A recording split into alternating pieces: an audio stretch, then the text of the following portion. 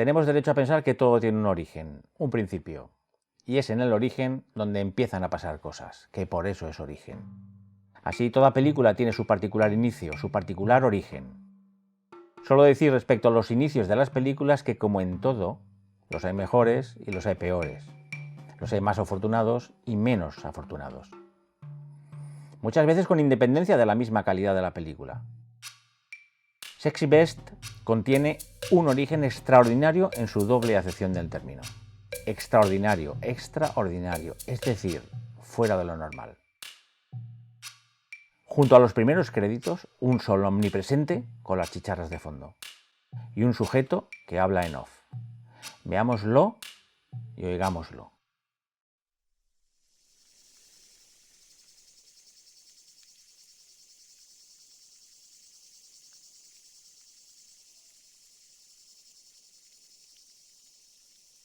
Oh yeah. Bloody hell. I'm sweating here. Roasting. Boiling. Baking. Sweltering. ¿Alguien diría que lo está pasando mal? No. Si acaso, todo lo contrario. It's like a sauna. Furnace. You could fry an egg on my stomach.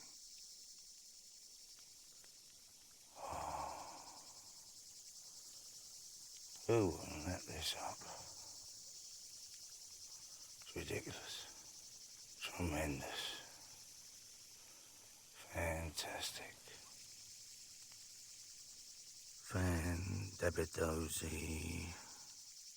Tastic. La necesidad de sumar calificativos a su estado es evidente. Las variaciones léxicas que él conoce le son insuficientes para describir su placer. Y se inventa un superlativo.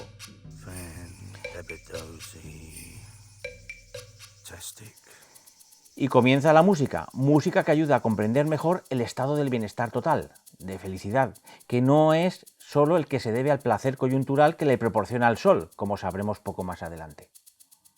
Se incorpora con la dificultad que le imprime estar cocido, frito, achicharrado, y lo ubicamos en un espacio concreto.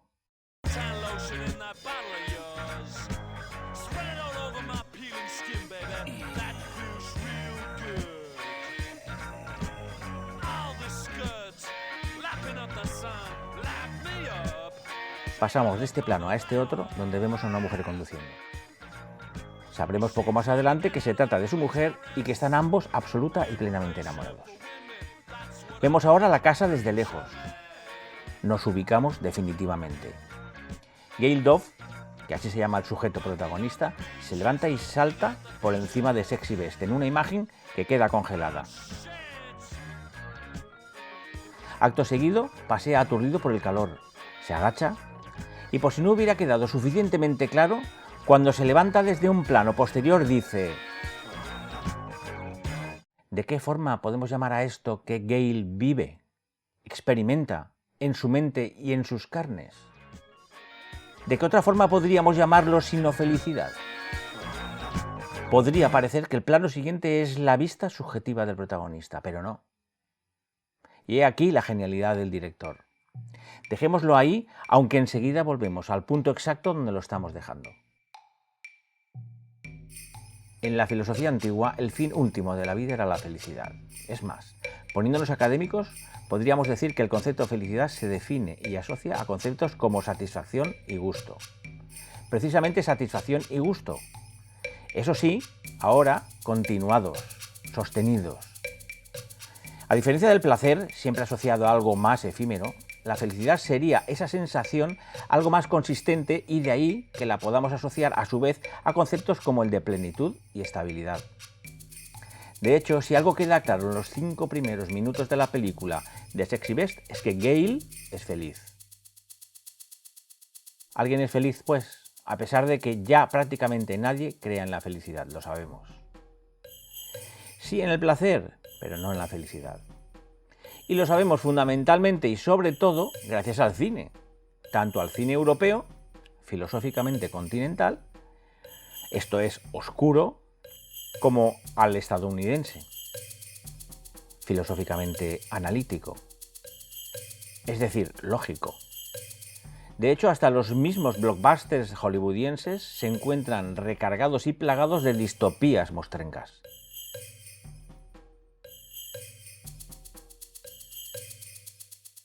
En el origen, Gale es feliz, ya lo creo que lo es, plenamente feliz. Pero el devenir se encuentra siempre presente en todos y en todo momento. De hecho, la felicidad siempre deviene de una extraña y paradójica sensación, la de haber superado una resistencia. Esto es muy nietzscheano. Gale es feliz porque seguro que ha superado alguna o muchas resistencias. Todos tenemos un pasado.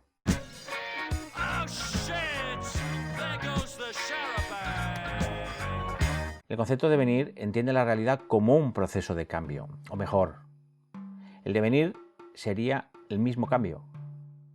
El bueno de Gale no sabe lo que le espera mientras vive ese profundo estado de ingravedad, de felicidad.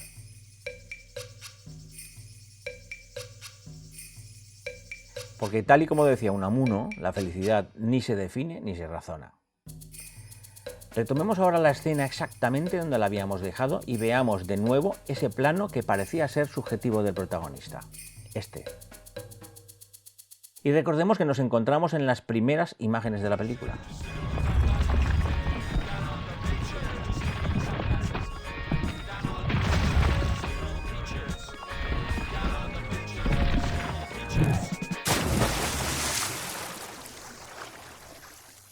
Gale vive su particular ataraxia.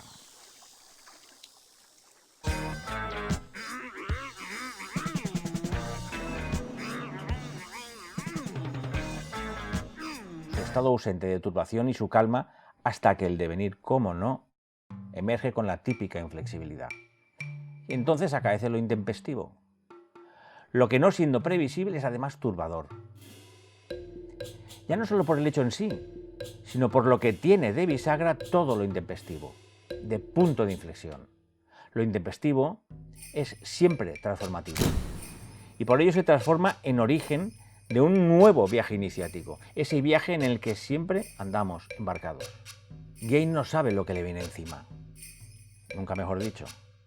No sabe lo que le viene por detrás, no sabe lo que le viene desde el pasado, porque el acaecer de lo intempestivo lo sitúa en el origen. En el nuevo origen, lo intempestivo conduce en eterno retorno a un origen. Porque en efecto, lo intempestivo no es el punto de ignición de la trama.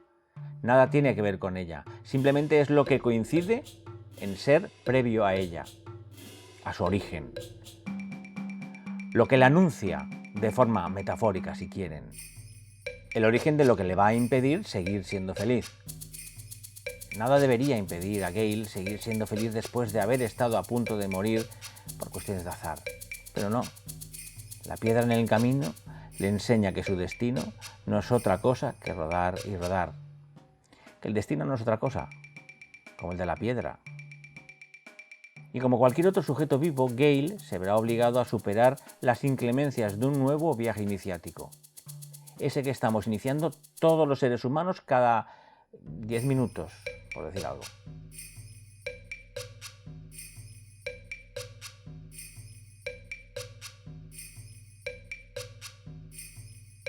La vida no es un continuo eterno retorno al origen, lo hemos dicho y lo hemos visto, sino el eterno retorno a un origen.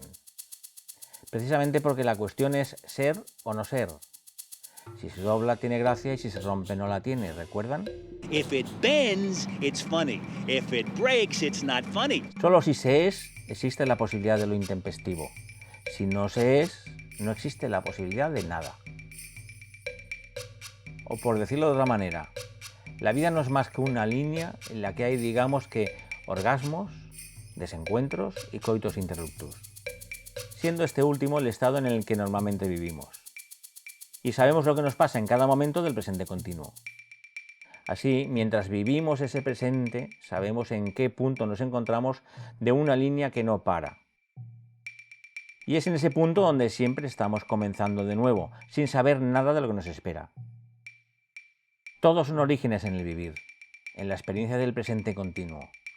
Es decir, el presente es un punto de origen donde siempre estamos comenzando de nuevo lo que nos falta por vivir, lo que nos falta para acabar. Lo otro, lo que conocemos, es simple pasado. De todas formas, esto es solo aplicable, insisto, a la vida, que no al cine. La diferencia se encuentra en que la línea de un sujeto está abierta y por tanto no sabe nada de lo que le espera, como le sucede al mismo personaje Gale al comienzo de la película, y como le sucede al espectador durante el mismo visionado, cuando comienza a ver la película sin saber nada de ella. Mientras que la línea de cualquier film, además de contener un cierre, también lleva incorporadas áreas tácitamente reconocibles.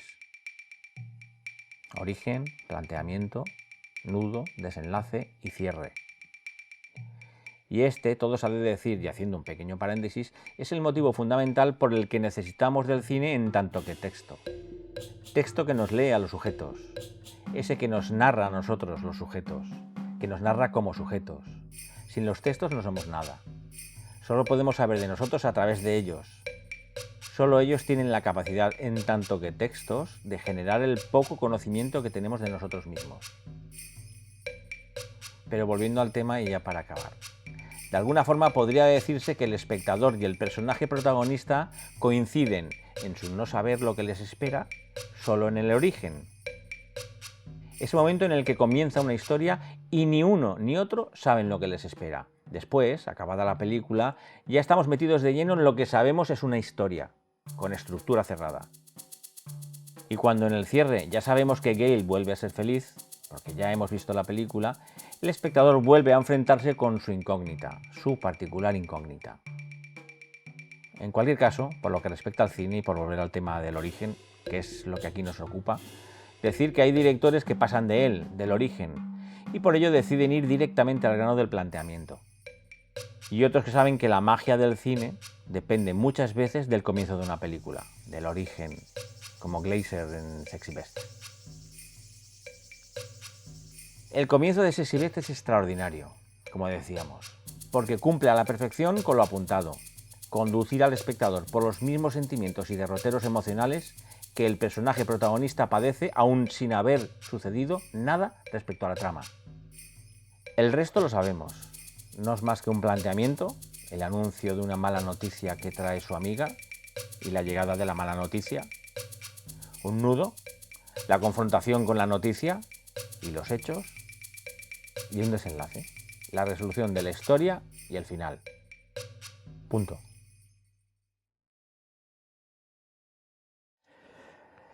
Qué gusto.